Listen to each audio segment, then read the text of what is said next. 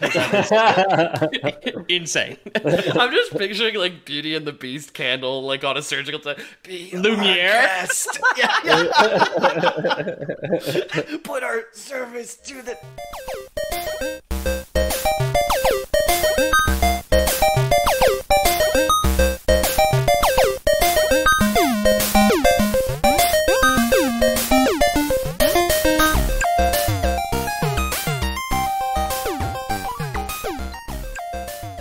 Welcome to the Little Peepee Lore Boys, your one-stop shop for all your fake history needs. I'm your host, Ethan Palmer. With me today is James, the Big Peepee Miller. Oh, I got the big book. I don't mean to brag, but hello. Yeah. And Peter, the Null Peepee O'Donoghue. Hello. I don't even know what that would mean. Is that like, does that like sap energy? Ken Smooth. Oh, okay, yeah, of course. Yeah. Null Peepee. I've got the briefs molded into my thighs. Yeah, function search fetch Peepee return null is what happens. All right, found the episode title. Good fucking luck using that one, you dumb bastards. Welcome to the Lore Boys, everybody. We're a fake history podcast that talks about fake worlds and all the fun histories therein. Just a little bit of housekeeping to start the show. We're back to the Neon Dynasty on Kamigawa today. If you haven't heard us talk about it before, maybe check out parts 1 and 2 before this, and then bonus points if you guys listen to the Tezzeret episode. Thanks to everyone who continues to support the show in all the myriad ways you do. If you want to get in touch with us, Discord's a great way to do it. There's a link below. And to the new patrons, newcomer patrons, I believe Peter Null Peepee O'Donoghue has. Is that all right? Yeah, function search, find new patrons. We have Chris Gomez and Colton. So thank you very much. Thanks, Chris and Colt. Yes, for joining the ranks of an honored few. Although it's pretty crazy. It is a larger and larger honored few every couple of weeks. It's been great. It's crazy that we have 7.5 billion patrons. That's is so nuts to me. Is that like Every single human. like 500 million people are like Lore Boys patrons? It's pretty cool. So if you're listening to this, you're like, and you're not a patron, you're really like, you're not in the cool kids club. You're going against the grain here, and we will find you. Yeah, if we could find a religious missionary to bring Lore Boys to the North Sentinelese, that would be great. Yeah, an offer of I don't think there's this one group of anthropologists who were not killed who brought like an offer of coconuts. So bring some coconuts and some Lore Boys with you. It's going to be great. We're looking for somebody willing to die by spear wounds to spread the good word of the Lore Boys. Essentially. So I think I could do a recap if you need one.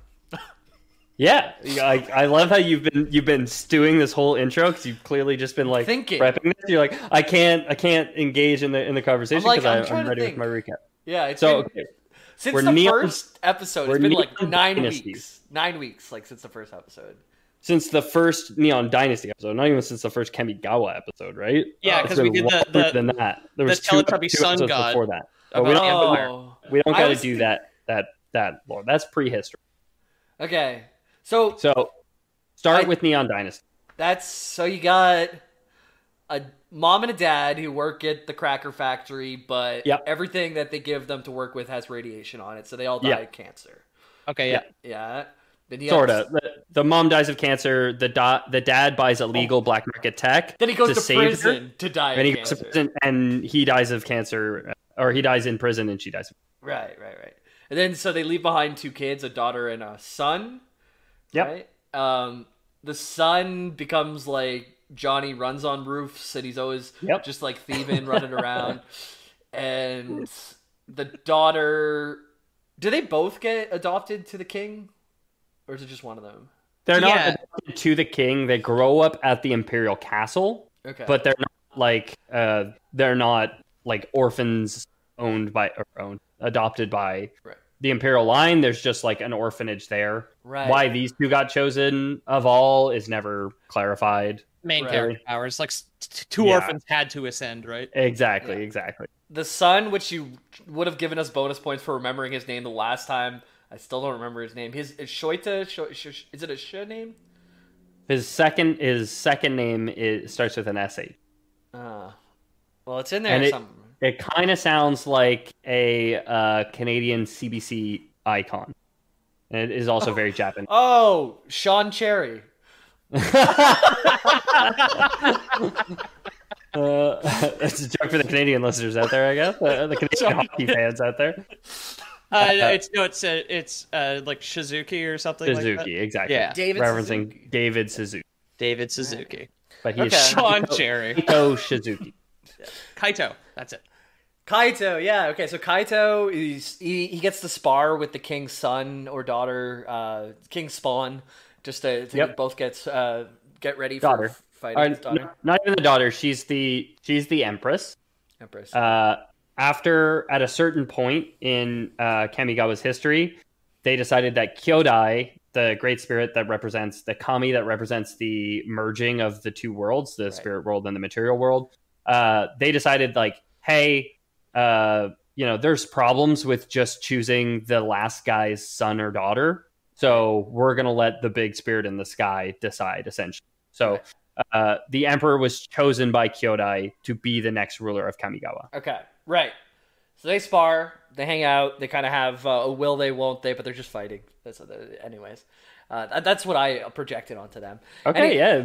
A lot of projection there. Yeah, I would love a sexually tense sword fight at some point in my life. I don't know if it's going to be with this girlfriend, like hopefully there's no breakup or anything, but if there's someone after this. It can't be with a girlfriend. It's got to be with like a female rival gem thief or something, right? Like that's the only time you get. But that's how I want to start, right? I dated someone who was dated someone who was into like knives being dragged across their skin during intimate moments because the danger of like, will it cut me or won't it? And that's crazy, dude. Yeah, we're not here kink shame. No. We're not here kink shame, but that's hell of a kink, man. It's interesting.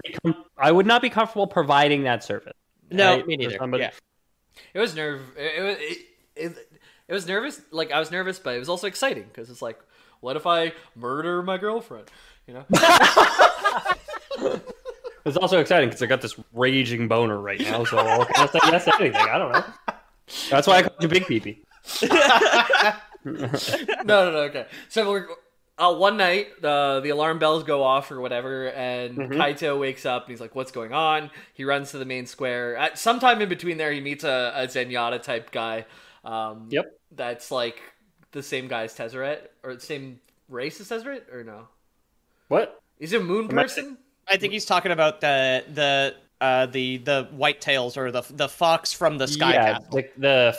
So the fox is not from the Sky Castle. The rabbit folk are from the Sky Castle. The foxes, the kitsune, are from the forest, Yugen Forest. Oh yeah. And Tezzeret is a human from another plane. We did a planeswalker on him. Yeah, sorry.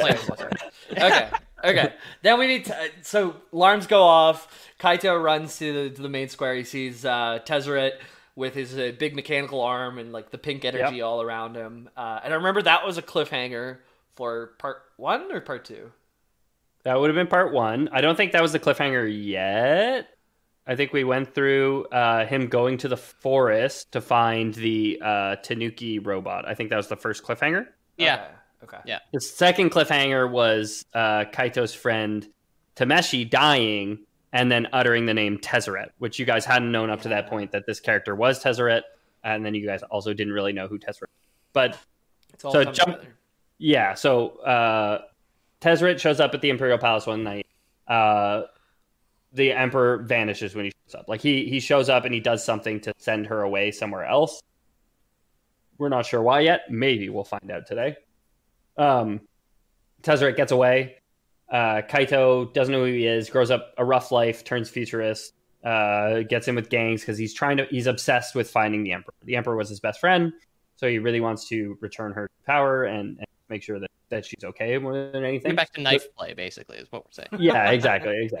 So he's searching for it pretty desperately, ends up getting a lead to this guy, Tameshi, who he finds out is working on ways to put Kami souls into technology.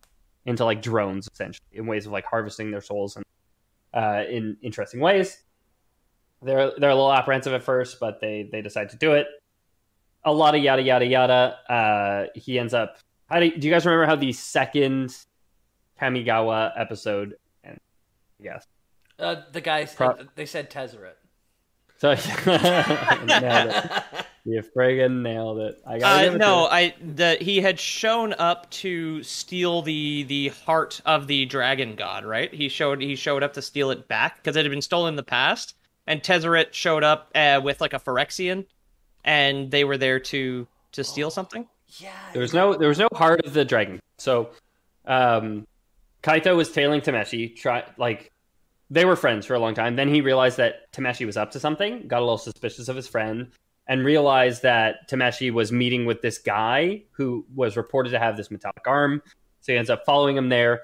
He breaks into Tameshi's compound. He finds a small device. Here, I will copy and paste you guys a picture of the device that he found again. Oh, yes, this thing. I remember that. It's not going to work, but I'll...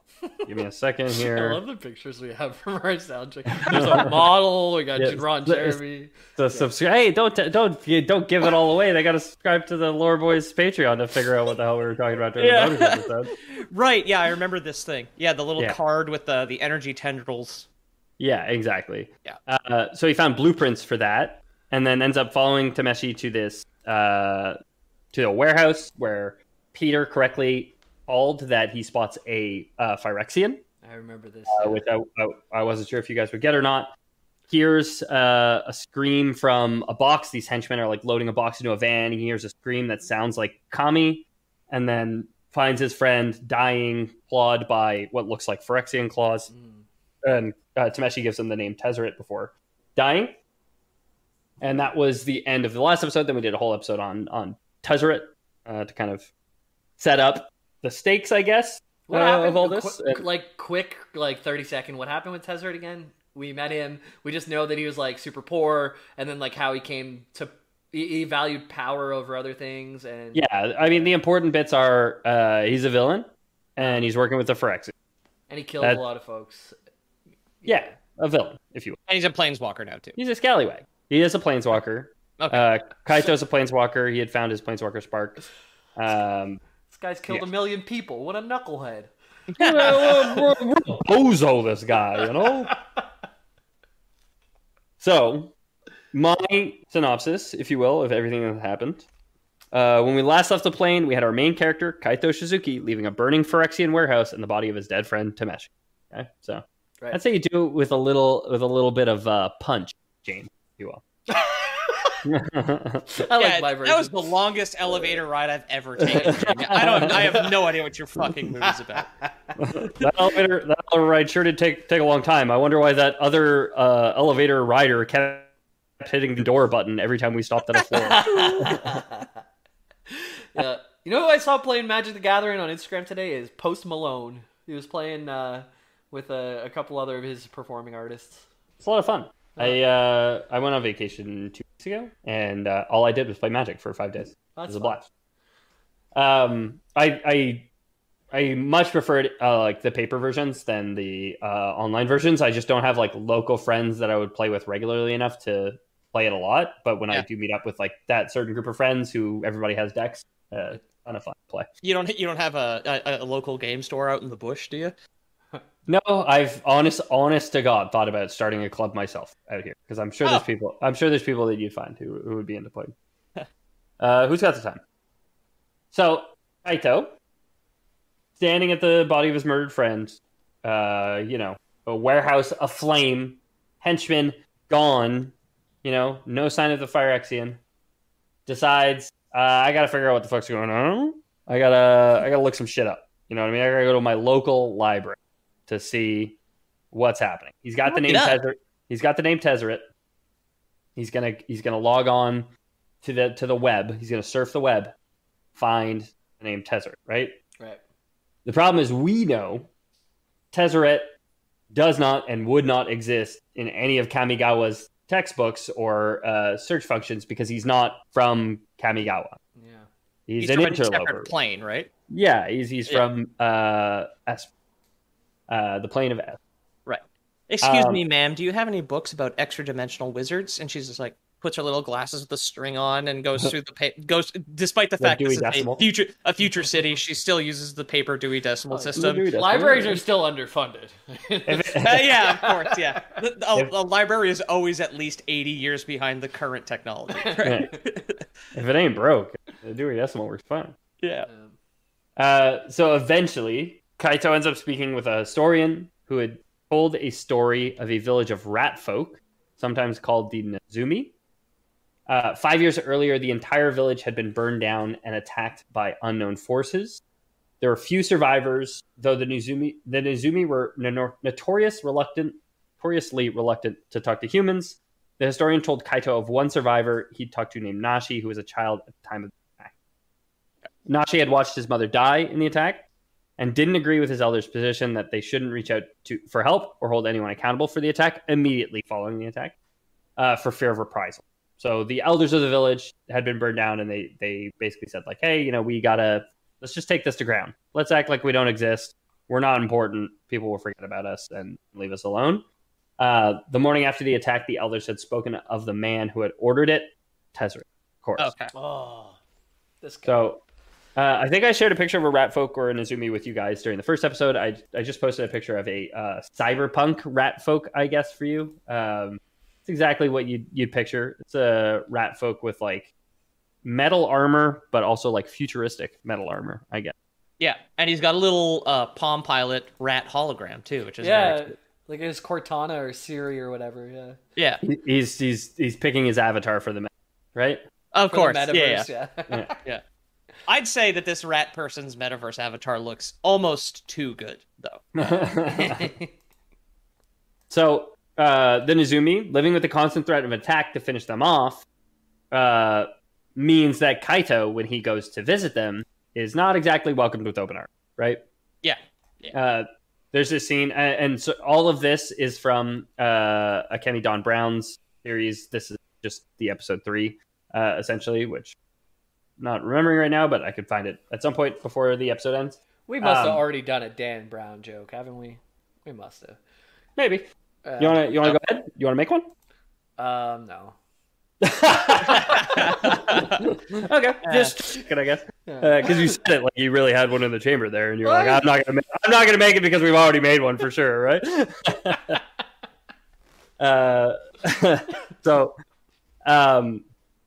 There's a scene in the story where like he shows up and there's this elderly rat lady who's there and is like fuck off, you guys didn't help us when our homes, humans didn't help us when our homes were burned to the ground, so why would we help you now, essentially.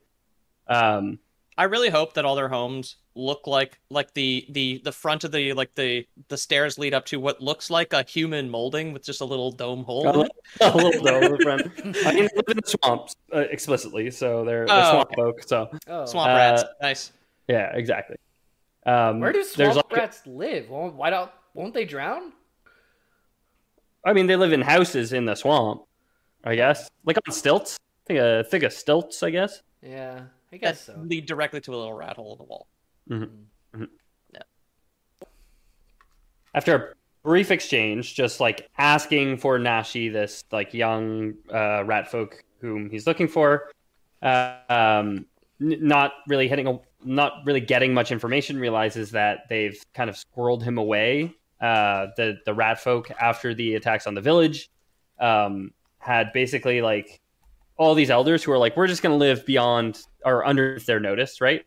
Do you think that rodent people use a lot of rodent idioms? Do you think they say squirreled it away?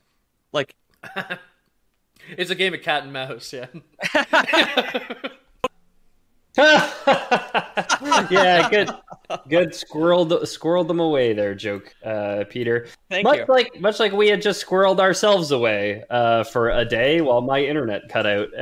So, completely non sequitur, seamless segue into the rest of this episode. Nothing's happened on our end. Surely we didn't pause for an extended period of time. It has not been 24 full hours since you lost internet and we gave up. No. I swear that the rain clouds knew I just wanted to play Wrath of the Lich King pre-patch, and they just said, "No, you're recording that day. You're not gonna get to play it until after." The servers aren't working anyway. So. Yeah, exactly. Kaito's kind of hitting a brick wall with the Nezumi, with the rat folk. But there are kami in the village, and they don't have good poker faces. Something about being like magical swamp spirits just means you're bad at lying. So like one of them basically like floats up through the floorboards when he says Nashi's name, and is just like looking at him all weird, and Kaito's kind of realizes he is probably on the right path. Okay. So he goes the pile way of moss with eyes in it doesn't have a good poker face. It's just all like pretty much. I don't remember. It does describe like a couple of the swamp spirits. Like there's a lot of like frogs and, like you said, like piles of mosses, stuff like that. Okay, right? yeah, Like, dirty old mushrooms. Dirty old mushrooms. Dirty old mushrooms. So Kaito decides to go the way of the secret police, and he's going to use his drone to surveil the people here without their consent. Very good. These people just living their lives in the swamp, trying to get by as mud farmers, peat farmers, right? Yeah. He decides civil rights were ogre for these swamp folk. I watched Shrek last night. I watched all of it. That's when the podcast goes down. We all agree that we'll watch Shrek. You've been on a big together. Yeah. Big early 2000s movie kick, eh? I just got like Amazon Prime Video. Not that anyone should buy it. It sucks if anyone asks. But I have a bunch of movies that I haven't watched, so got into Shrek, and it's still a great movie. The CGI is like not as good as I remembered it, but you know what? Shrek is great. I've watched it in the last year for sure, because I think it was on TV at my mom's place at one point. And S tier sequel. Yeah, sequel's good. I don't know if I watched three is not as good. So Kaito is spying on simple rat folk living their lives in the swamp. He's spying on Shrek. His drone, the origami. All right, it's the origami tanuki now, like which turns into a mask sometimes. His kami friend. Right. Yes. Yeah. Who represents like the bond between Kyodai and the Emperor. Which is now his like familiar, essentially.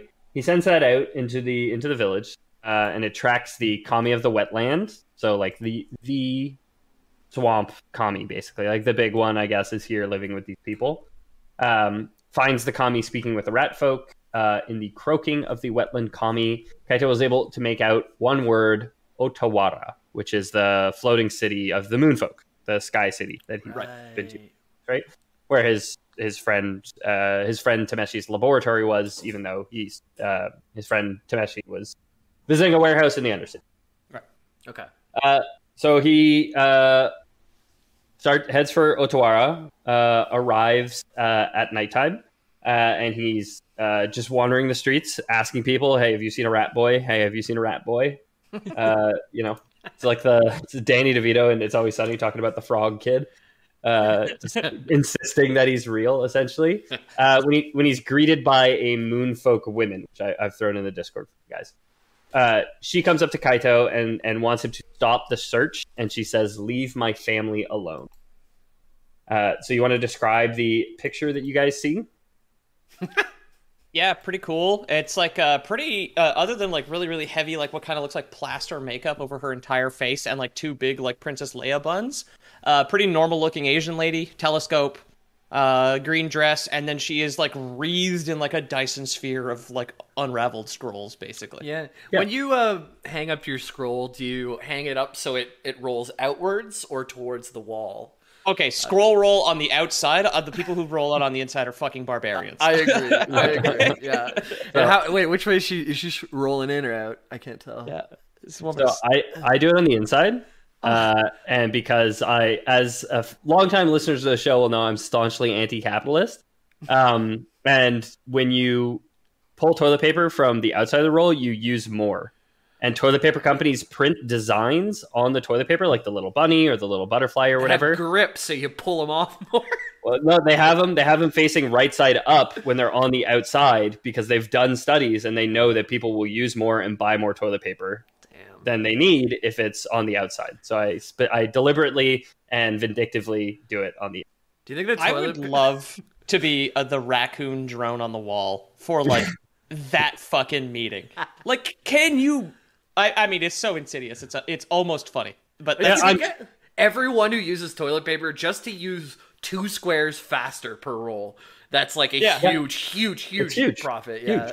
Yeah.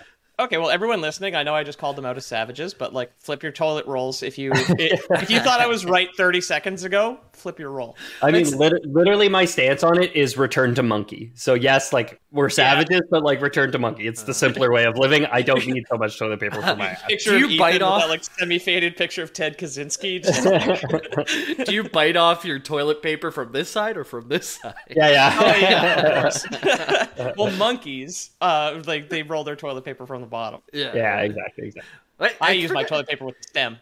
I feel like it was Ethan who told me this a long time ago. It was something I never thought of, but like if you could tell Coca-Cola how to save half a cent on every can or bottle, then you would like create billions of dollars or millions and millions of dollars, right? So you could just like find a job and like get rich quick just by doing that type of thing. Yeah. Someone figured out the toilet paper trick, and they're sitting in their mansion right now. The entire business school discipline of marketing. That's all it is how do you squeeze like every drop of blood from a stone? Yeah. The stone being the working class, of course. Yeah. Right.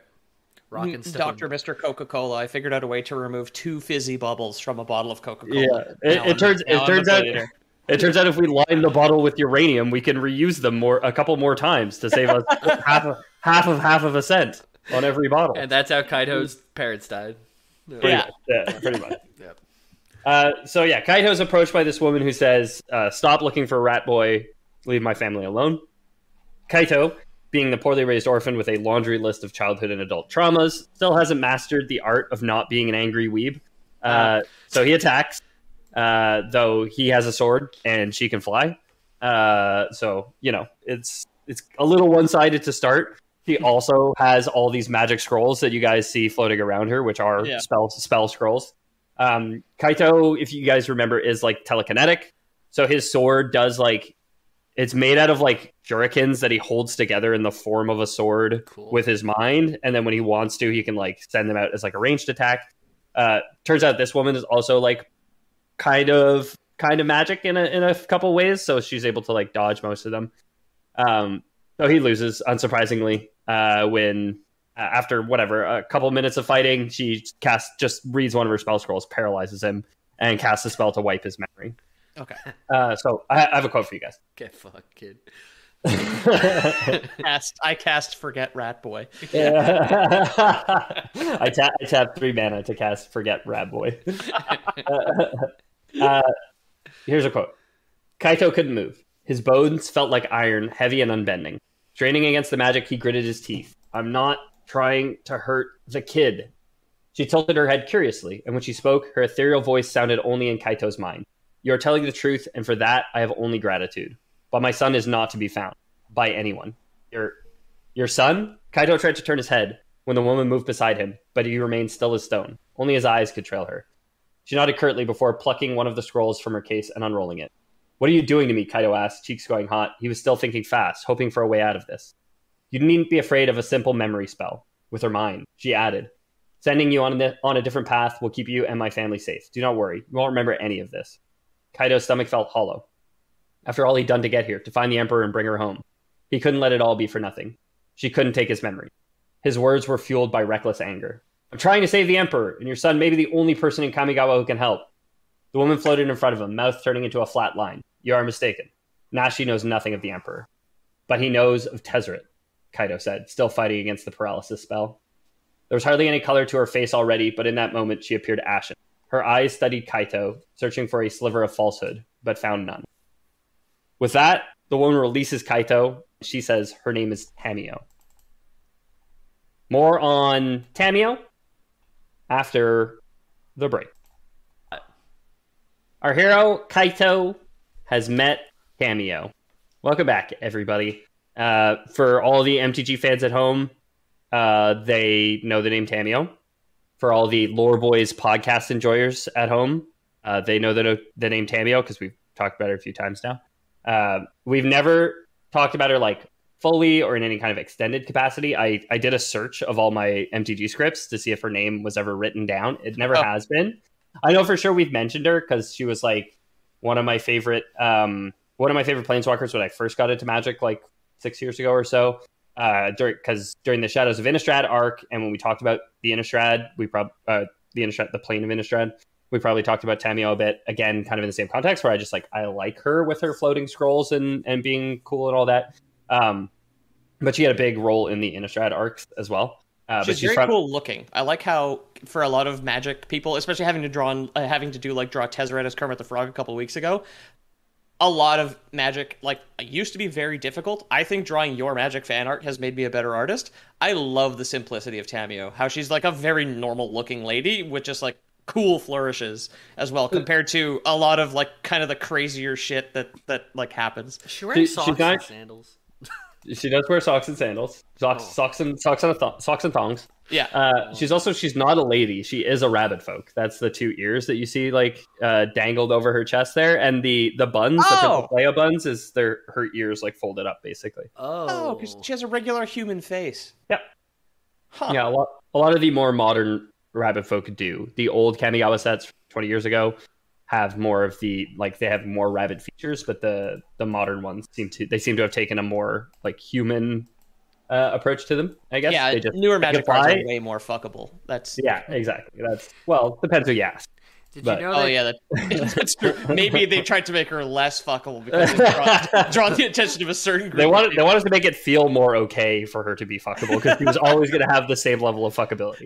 Do you know that Tamiyos, they have to keep eating in order to digest? They can't just have one thing and digest it all the way. Yeah. Her teeth would never stop growing unless she was constantly chewing on things. That as well, yeah. Like a cardboard tube on her waist with her like sextant and all her little little wooden stick, yeah. So Kaito meets Tamiyo, and she agrees to take her to meet her son after he says that he wants information on Tezzeret. Tamiyo herself, Kaito quickly learns, which you guys will remember from previous episodes when I've talked about her, is a fellow planeswalker. So her whole thing is she travels the multiverse researching, which is kind of what brought her to Innistrad. In the Shadows over Innistrad block, one of the mechanics they introduced was investigate, which is basically anytime you investigate, you create a token, which if you spend 2 mana, you can destroy the token and draw a card. So you can just like create a bunch of draw mechanics for yourself. Cool. And that's the first block that I encountered Tamiyo with, obviously, but it's kind of that same idea where she was there like researching, investigating, if you will, Innistrad.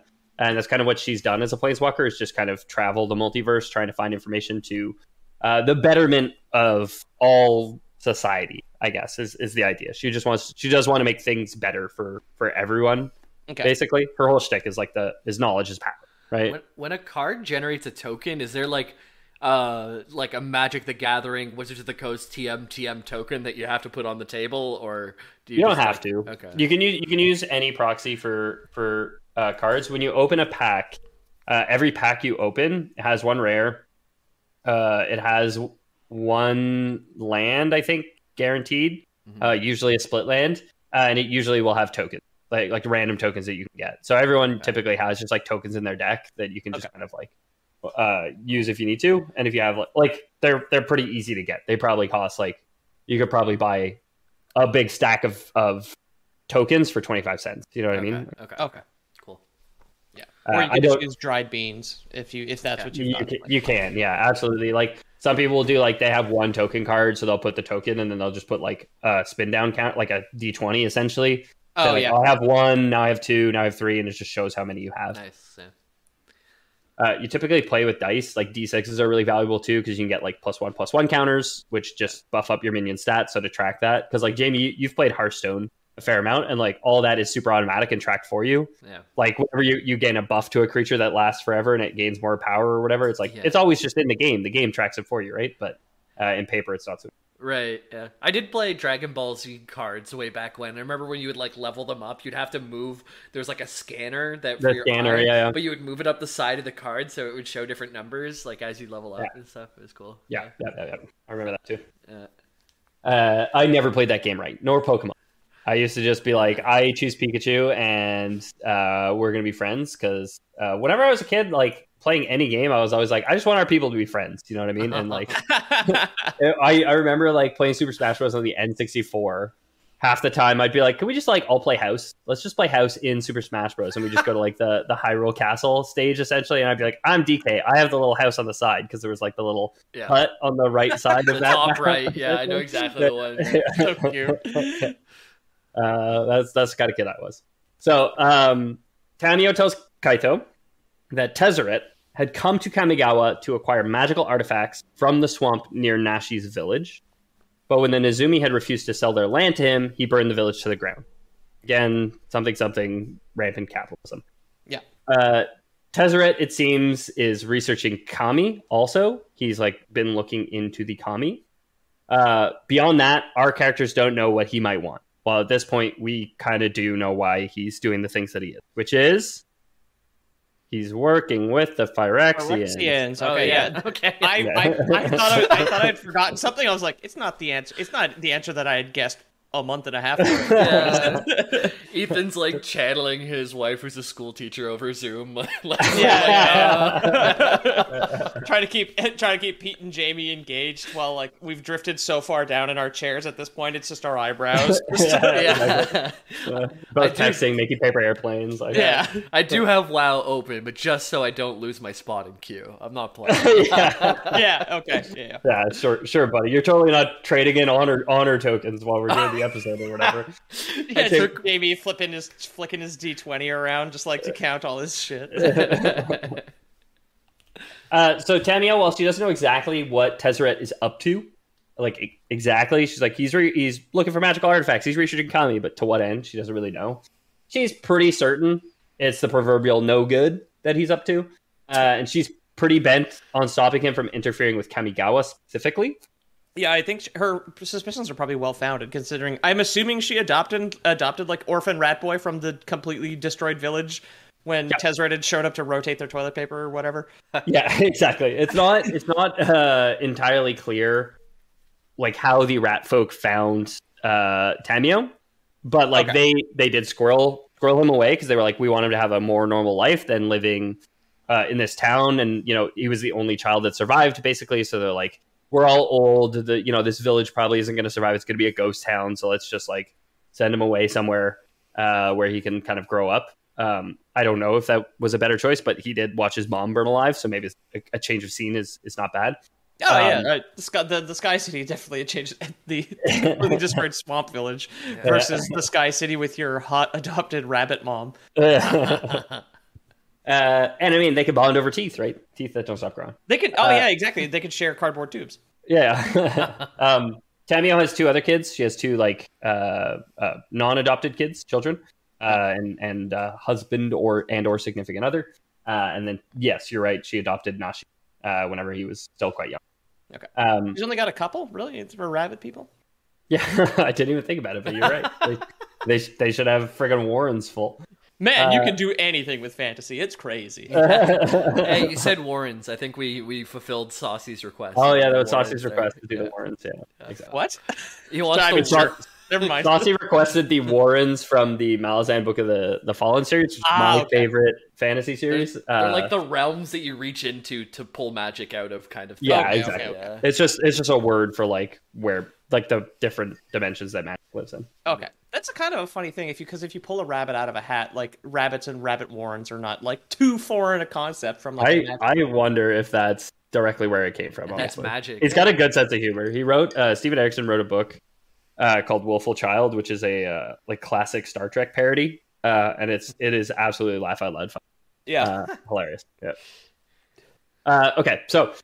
Yes, you're right, Peter. Tamio doesn't want to interfere on Kamigawa. She's not super bent on stopping him in other planes because she's like, I'm a researcher. I'm just going to observe the natural state of things. I'm a scientist. I'm not a policymaker. God damn it.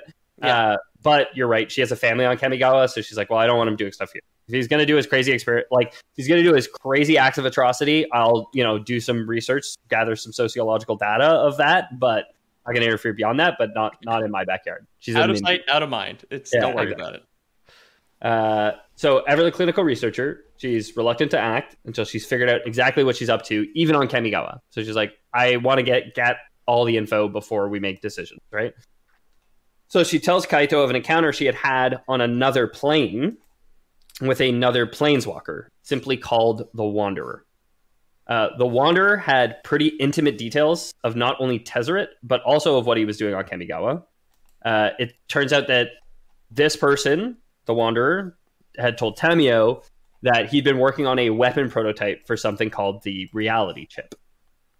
That's the thing that you showed us. I was gonna say that's the thing you showed us yesterday, earlier in the episode. It's the little kind of like Japanese style temple thing that clicks into a glove with the energy strands. Exactly. So that was the metaverse, the reality chip. Exactly. Yeah. What we wanted to do was actually travel through multiple different planes and kidnap rat children and put them into our VR headsets. I think that's a very good idea, Joe. Very cool, Mark. Yeah,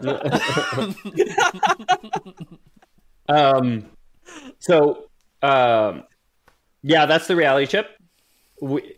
Kaito doesn't know that yet. If you guys will recall, I showed that to you 2 of my episodes ago, excuse me. Mention the Wanderer as well, I think. It sounds so familiar to me, but maybe not. I don't think I have. No. Okay, I wanted to guess. I wanted to ask if we know who the Wanderer is from other episodes, because like my running thing is just like, is it Karn? Especially because there's like Phyrexian's involved, and I know he had like a memory loss problem or some shit because he had wandered off of the quest for Karn. Put a pin in your guess, my friend. Okay. And we can get back to it. Jamie, do you want to guess anybody? A Johnny. Johnny? Okay, cool.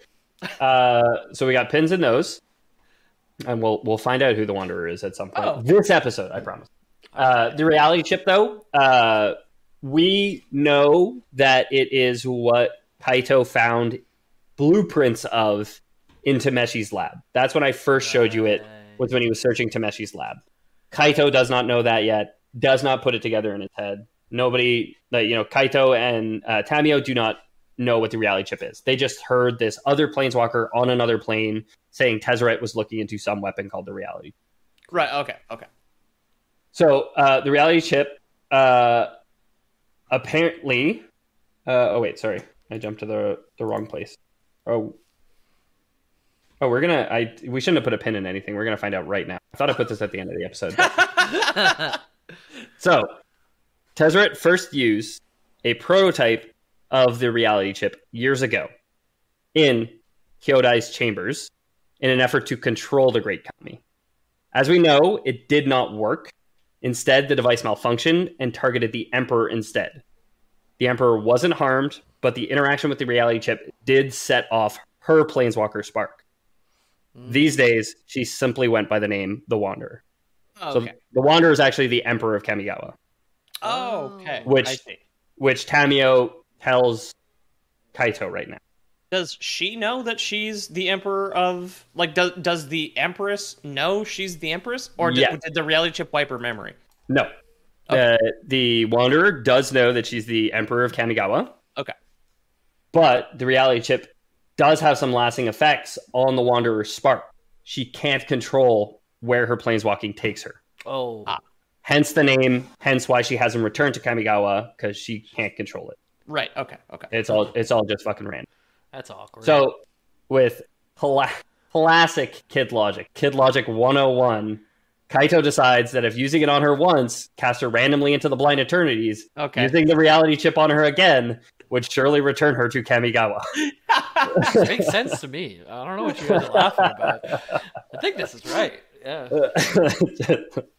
It's just it goes both ways. It's just, magnets. There's the North Pole and a South Pole. They used the North Pole on North Pole, which pushed her away. So if they turn it to South Pole now and point it at her, then it'll just draw her right back, right? How do magnets work? ICP lore when?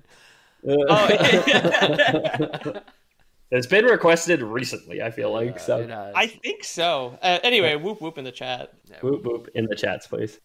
So Tamiyo, after Kaito's like, well, if we go strike out into the Blind Eternities, figure out what plane out of millions she's in, we just wander around until we find her, and we use the reality chip on her, then we can bring her back. She'll be the Emperor. We can restore balance. Blah blah blah. My mom and dad will be alive again.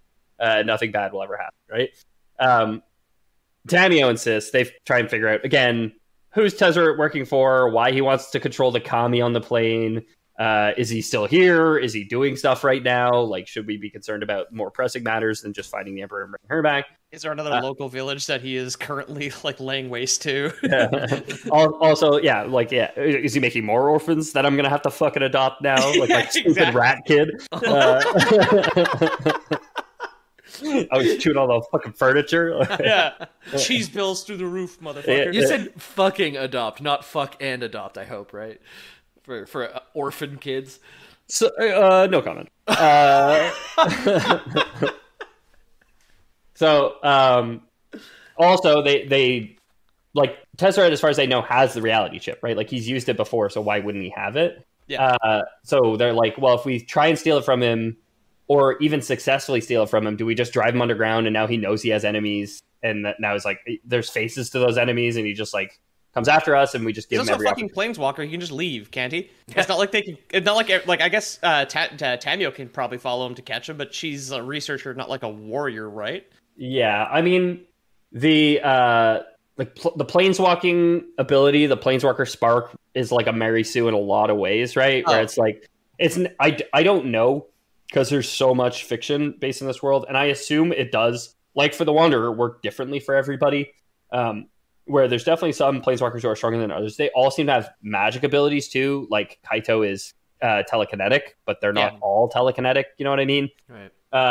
Tamio seems to be more of a mind reader, where she was able to dodge his attacks and his shurikens very effectively by just like floating gracefully in the air. So I don't know if it's like, if they get into an altercation, does it take 15 seconds of uninterrupted channeling to open a planeswalker gate, at which point they could just like get him then, you know? Like, I don't know if he could just like snap his fingers and be gone, but it's always super unclear. So it left intentionally vague, I guess, for the purpose of the story. Maybe you could just follow too. Like if maybe a planeswalker sees a different dimension than we do, like stepping between like the Y and the X axis, they somehow just they walk in that fourth dimension to leave. And a planeswalker. It's one of those crabs that can see those extra colors, basically. Well, planeswalking always goes into the blind eternities, where like planeswalkers can navigate the blind eternities. So maybe you end up in the Matrix loading screen room with just like Tezzeret's just like half a block away, whatever, and you could just chase him down through like the empty whiteness, right? Right. Okay. I don't know, but so Tamio says, let's wait, let's be patient, prudence, all that stuff. Let's not go for him right away. Let's not tip our hand too soon. Kaito, of course, thinks that's stupid and unfair, and he wants to use his magic tip to bring his friend back.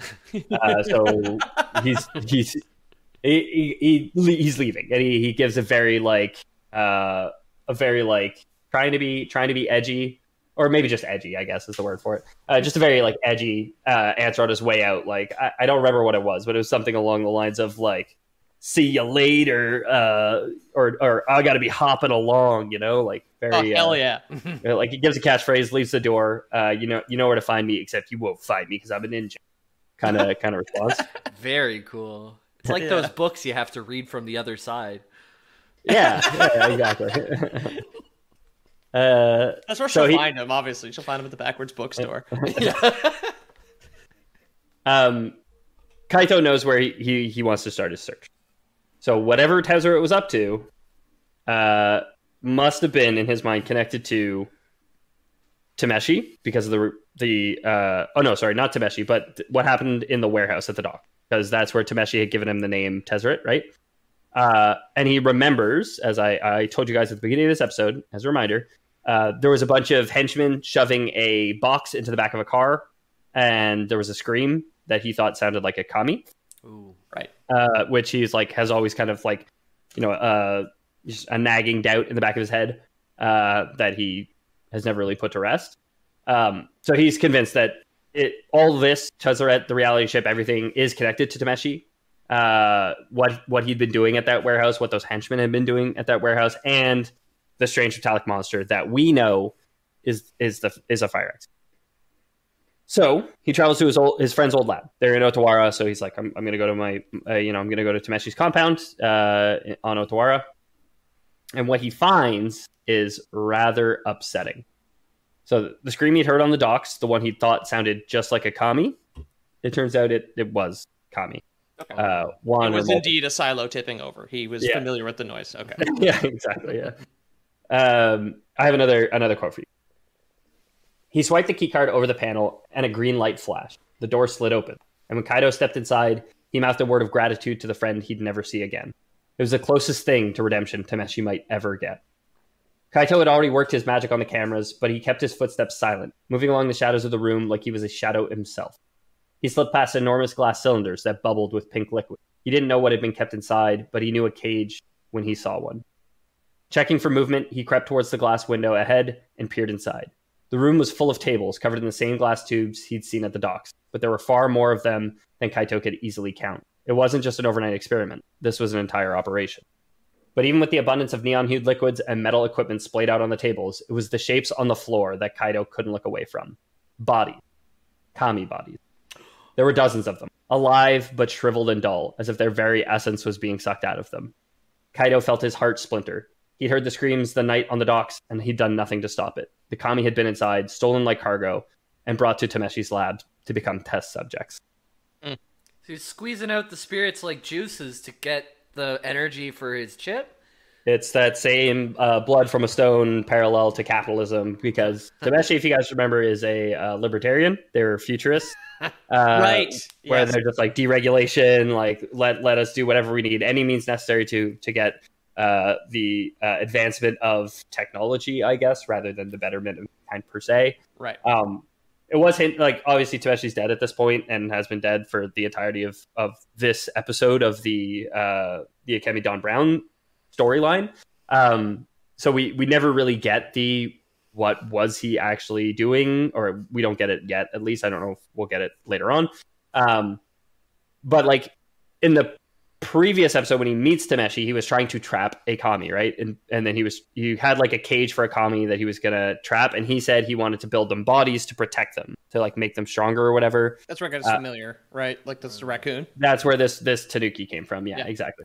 But now the sense that I get is that he was trying to do that for a long time, wasn't maybe having much success, was approached by Tezzeret at some point to fund his research, and all he had to do in return was drain these ones for their delicious sweet nectar. But maybe we'll find out a little later on if he was up to anything. Do you like your ancient spirits with or without pulp? Yeah.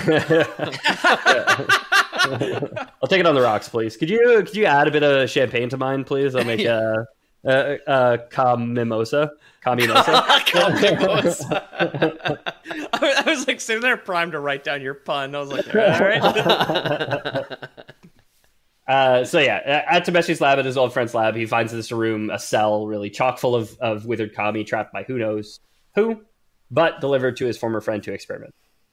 So he continues his search throughout the compound. He's like, that's fucked up, dude. Yeah. I was kind of still grieving you, and I'm conflicted now, but this is not what I came here for, so I'm just going to ignore it for the moment. Hey, man, who was your benefactor? Was it that, what was it, that like chattering machine with the exposed teeth from another dimension, and you trusted it? Yeah. The Kami's always come back, though, so this could be like renewable energy. If we could squeeze out of the Kamis, they just keep reviving themselves after time, right? Yeah, maybe. There's a libertarian attitude, baby. I did see a great clip today from Reddit that was like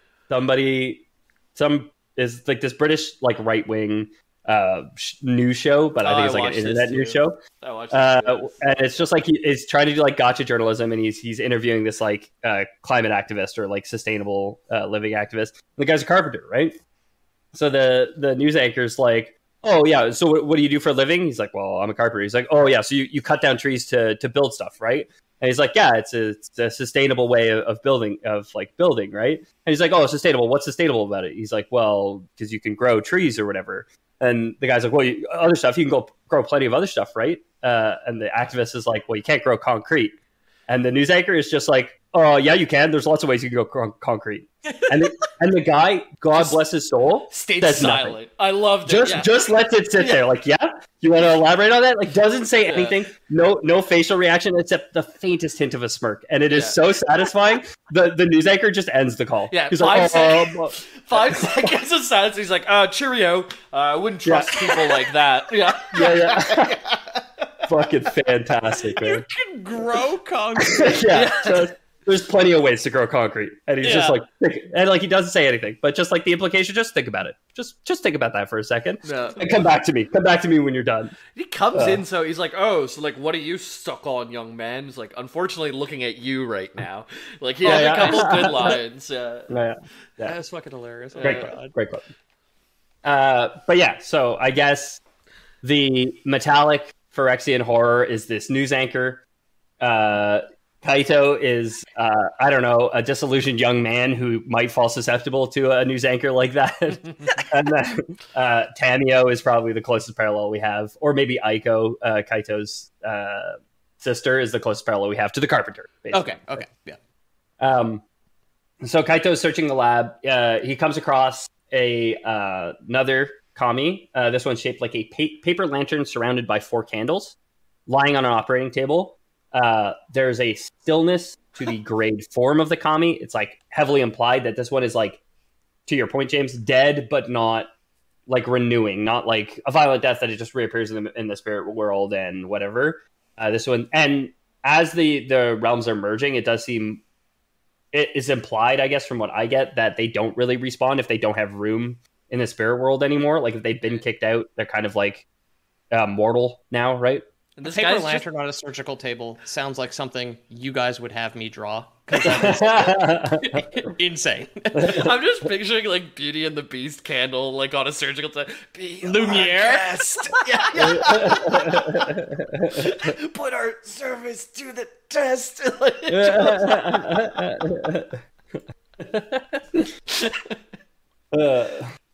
So he sees this kami, presumably dead or dying.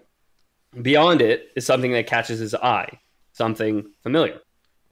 Thin and square and no bigger than his palm, the device had wires dangling from its edges like a jellyfish. Whoa. It was something Kaito had seen before, something the Lore Boys have seen before, the reality chip. Right. Tezzeret doesn't have it. It turns out his friend Tameshi had it and had been using it, presumably for whatever all this is, you know? Kaito vaguely gesturing around the room at all the dead kami bodies, like, whatever this. So it seems like they don't need to rob Tezzeret, which would be a win-win for Kaito and Tamio, right? Because Tamio was worried about tipping their hand. Doesn't have to do that now. Just like somebody stole the reality chip, right? The reality chip was plugged into the kami on the table. So whatever it's doing to kami, it's not good for the kami. It is pulsing dully with light. Kaito crept forward, detached the device, and pocketed it for leaving Tameshi's lab. It was... He didn't want to relight the wick on Lumiere's head or anything. Yeah. There you go, buddy. It's like Charmander. It's when it goes out. Lights a match and just leaves it on the table next to him, and he's like, "You better light yourself before this match goes out." And he's like the other kami trying to drag its head over. The little wax trail, but like the gust of him moving too quickly is what turns out the match. And like, no, like rolls a bit. So it's of course not going to be so simple. Waiting for him just outside was, in fact, the creature who had killed Tameshi. So I posted another picture for you of it. And it's pretty Phyrexian, I'd say, right? He's very cool. I like this Phyrexian a lot. Some of them are a little hard to understand. I know there's like that chick one who's like red and beige, who like she has like the blood-colored skin. I remember drawing her. She's pretty cool, and this guy's very neat. Elish Norn is, I believe, her name. He's got such good teeth. Yeah, very straight teeth. He's got very conservative news anchor teeth, like pristine veneers, right? Yeah, for sure. That weird lipless grin. That guy's got fake teeth. This metal monster has got fake teeth. It's Spy versus Spy if it had sex with Blue Eyes White Dragon and had veneers. That's what I see. Oh yeah, I do see all those things actually. Yeah. Okay. Sure. Yeah. Well, Blue Eyes White Dragon has those like very jagged angles, right? Yeah. Yep. And like the kind of like the carapace spines on the back, and then Spy versus Spy, pointy face. Yep. Sure. Blue Eyes White Dragon also kind of has a pointy face. Yep. Maybe not as pointy. I'll give you. The creature addresses Kaito, and this is what it says. Your fleshling eyes suggest familiarity, but knowledge of our meeting evades my memory. The existence of a second Jin-Gitaxias on this plane is highly improbable. Therefore, your recognition must be accepted as genuine. The monster tilted its head, artificial light glinting off its metal spine. Schematics are unimportant in this instance. Theft is an offense that will require swift retribution. Uh-oh. So, Peter, when we talked about Jin-Gitaxias during the Tezzeret episode, you said like, oh, that's the creature that had killed Tameshi. I'm pretty sure, and I said no, but it was. And that wasn't like a gotcha surprise. It was me not realizing that it was this creature until this episode, basically. So correction for myself. I don't know if I said that. I'll take credit. Sure. Peter was right, and he's still right about the toilet paper too, Ethan. Never mind your capitalist. Oh, he's not right. He's not right, okay? The friggin' Phyrexian horrors, you know how they would do it? They would do it on the inside, because they know like that's actually the perfect way to do it, and they believe in perfection. They'd have like an electric bidet or something like that. Like, the Phyrexians are like the definition of like fascist communism, I think.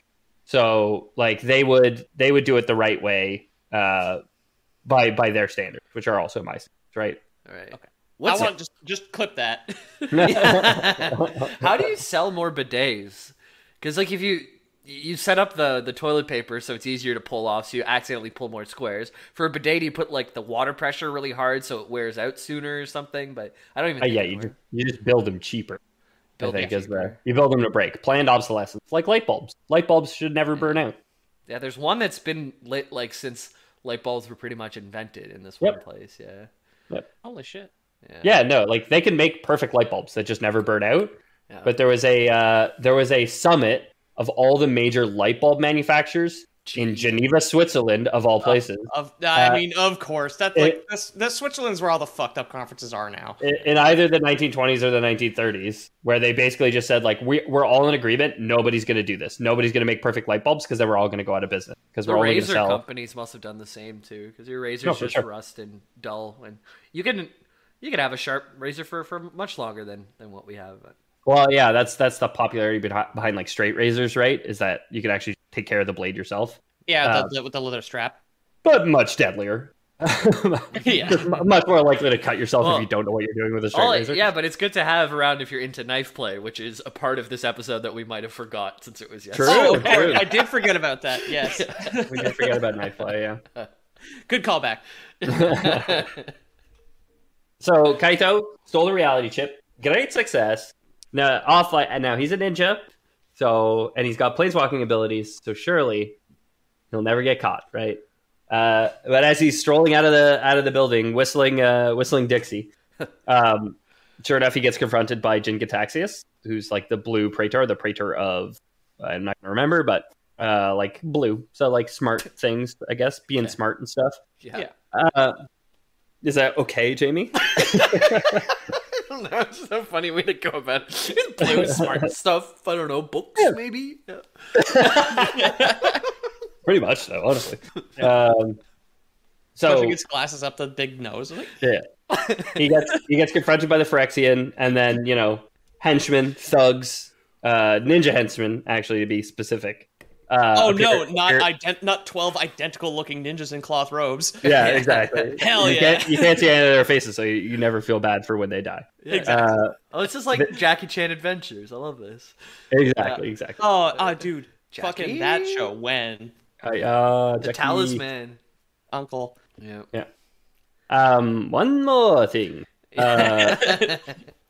So the ninjas, they clash with our titular weeb. The battle that ensues is pretty frantic as Kaito is pissed off, and it's talking about how they're not going to get the better of him. But there's 12 of them. So and we have a Jackie Chan fight where he's got the reality chip and he's constantly trying to catch it and fight with him. Flash animation art when GIF art for the title card when. Oh my god! You said titular weeb, and my head just went anime titular weeb. But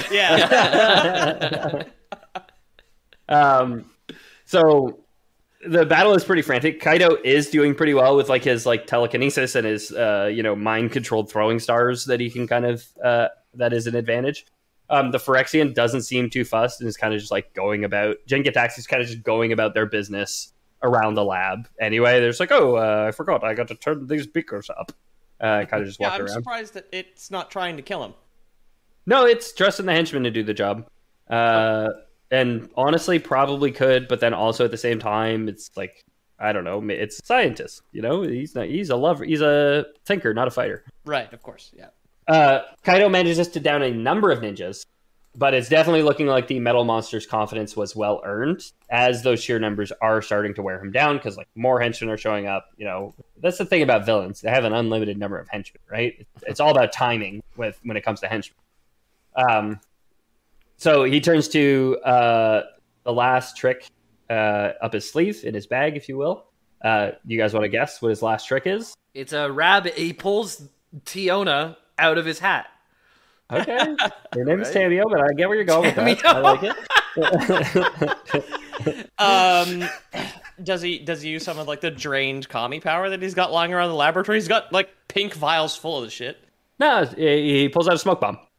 Oh hell yeah. He's a ninja. Smoke bomb. Come on. Of course, yeah. Sorry, for some reason I thought you said Jin-Gitaxi's was going to do this. Oh, no. I misheard, sorry. I was writing down a potential title and was not paying attention to what you were saying. So Kaito smoke bombs, it's like smoke first, and then it like arcs with like lightning, so it's also like a taser. Like it's a lethal smoke bomb, I don't know. It's a bomb. It's a ninja bomb from the future. Like it yeah, exactly. Sense. That's awesome. Ninja bomb from the future would be a great band name, I gotta say. Yeah. He flees into the night. He runs for the compound with his enemies close on his heel. I have one last quote for you guys before we wrap this episode up. Kaito turned, searching for a hiding place. When he saw the hired henchmen approaching, he scaled the rooftops across the stretch of walkway. Above them, an enormous mech appeared, metal folding over itself until it settled into the shape of a dragon. It leapt over the nearest building, landing a stretch away from Kaito, and let out a mighty roar. Magic filled its core, glowing blue from within, charging for an attack that would be nearly impossible to escape. Kaito considered planeswalking. It would get him to safety, away from the mech and Jin-Gitaxi's his henchmen. But the reality chip was still in his pocket. What would happen if he planeswalked with it? Would it affect him the way it affected the Emperor?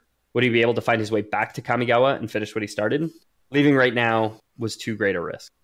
He dug his heels into the ground, balled his fist, and prepared to do whatever was necessary to fight his way out of this. Whoa. The mech approached, opening its jaws wide to reveal an orb of crackling energy when Kaito felt the reality chip moving in his pocket. Brows pinched, Kaito pulled it out and stared in horror as the wires writhed against the night air, thrumming with life. And the dragon howled. When Kaito looked back up, the light in the mech's jaws had faded, and a glowing orange streak was sliced all the way across its armored throat. For a moment, the mech remained perfectly still, and then both pieces slipped away from one another and collided with the earth, no longer a threat to anyone. Standing behind the broken machine was a woman with snow-white hair and a sword in her hand. She lifted her face, features appearing beneath her wide hat, and Kaito recognized her brown eyes immediately. The last time he'd seen the Emperor of Kamigawa, she was still a child, but the years had changed her. The depth in her gaze seemed to carry the wisdom of 100 lifetimes. She wasn't just older, she was a warrior, a planeswalker, the Wanderer. It was a very cool outfit, too. Yeah, so I sent you guys a picture of her, so all grown up.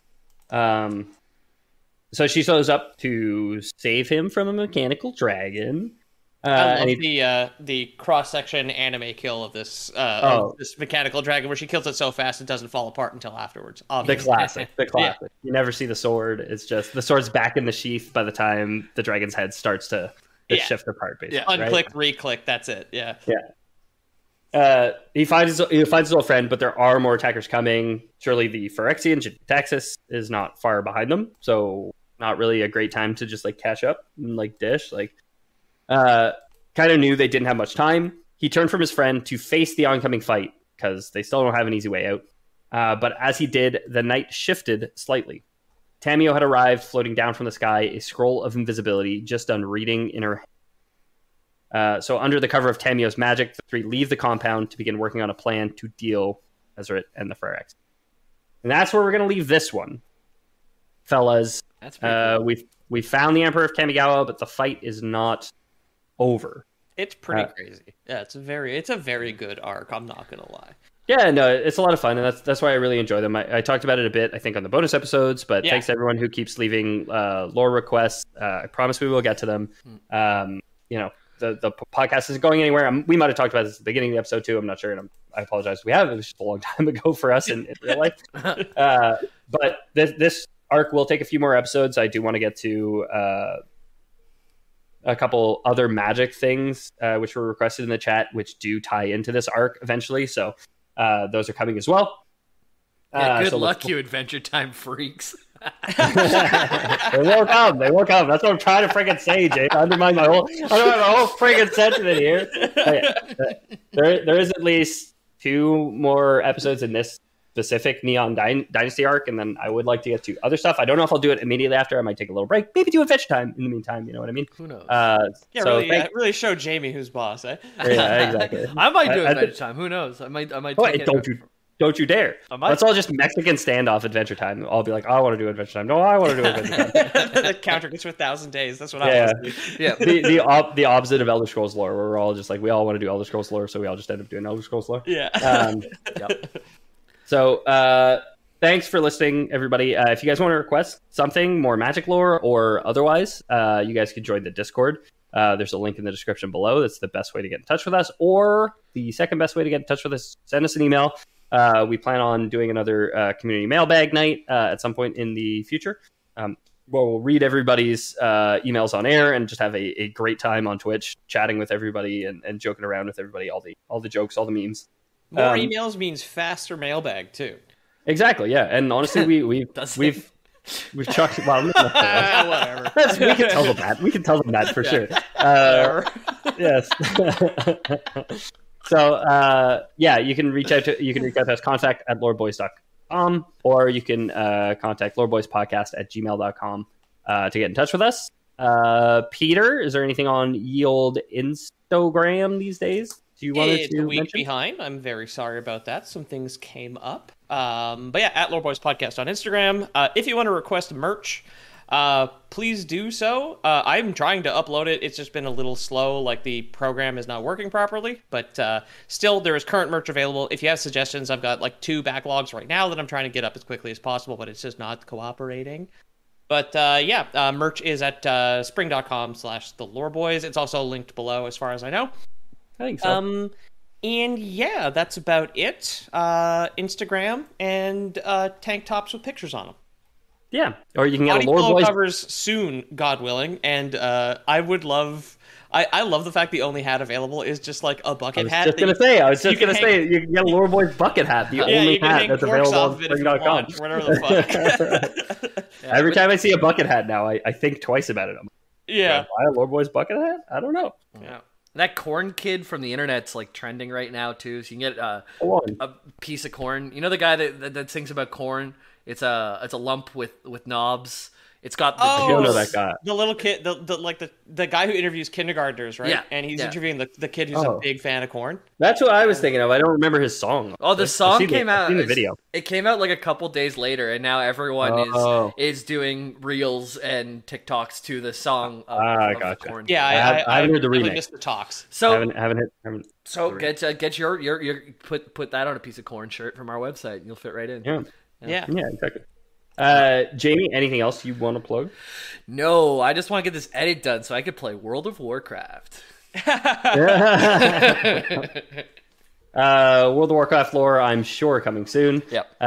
Thanks for listening, everybody. If you guys want to help the show, you guys can leave us a review or tell your friends about us. It's the best way for us to grow, honestly, which continues to amaze us, all the work that you guys have already done in that regard. So thank you. If you guys want to support the show financially, we do have a Patreon, patreon.com/theloreboys, where you can hear us talk about episode suggestions. I can't remember what we talked about this week on the bonus content because it was yesterday. I don't have a memory that long. It was a bunch of different games that we were into. We were talking like a little bit about. It was a long one. It was like 37 minutes, I think. Yeah, of extra Lore Boys content. We got carried away. Yeah. We've all been kind of like playing games on our own, talked about them, and a lot of stuff. It's very interesting, though. Check it out. Yeah, you can get access to that. You can get access to the loser titles. You can get access to the script that I'll upload at some point to Patreon, so you can see all the pictures, the visual guides, all that stuff. and see how we do this whole thing, how the sausage is made, if you will. So that's patreon.com/theloreboys if you're interested. And we really do appreciate all our existing patrons. Shout out to the two who Peter named at the beginning, who, again, it was yesterday, so I don't remember who you are. Carlos and somebody else, but both great. Okay, yeah, sure. That's my guess. I remember I unstarred the emails and can't find them. Carlos and Chris? Maybe Chris. Yes, it is. Yes, thank you. I remember the whole time. It was a bit. If you guys don't trust Patreon, we do, of course, have Lore Boys Prime, an awesome service that we do offer. We need some worker bees in the Lore Boys Prime factory these days. We're in a lot of trouble with a lot of people. I guess you could say regulatory boards, I think is the technical term for them.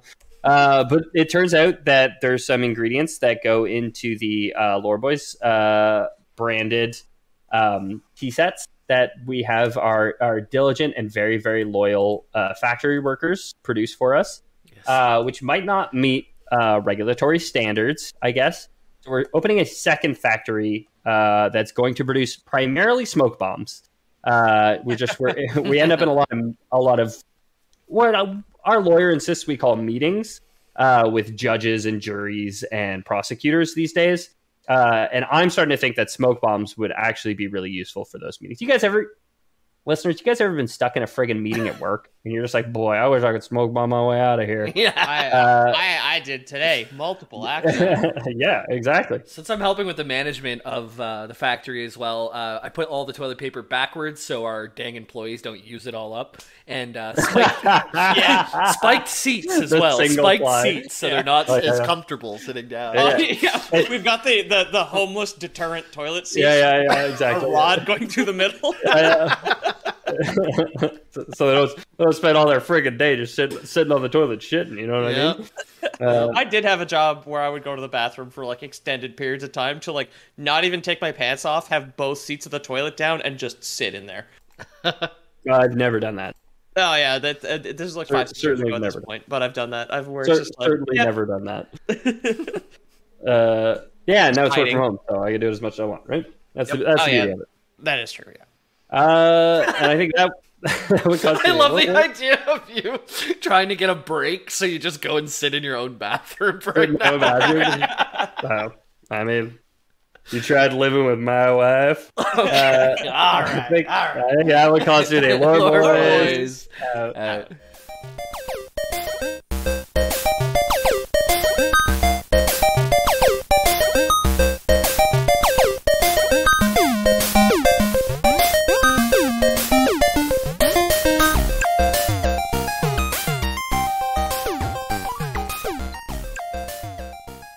I also think I know you pretty well, Jamie, and I don't think you listened when I spelled it out, and I think you spelled it wrong. ARNESS? No. Oh, called out live. No, you're shopping for like a dog harness with an accent, so you're just looking for. I even felt like I was listening too. That's all. Peter, how did you spell it?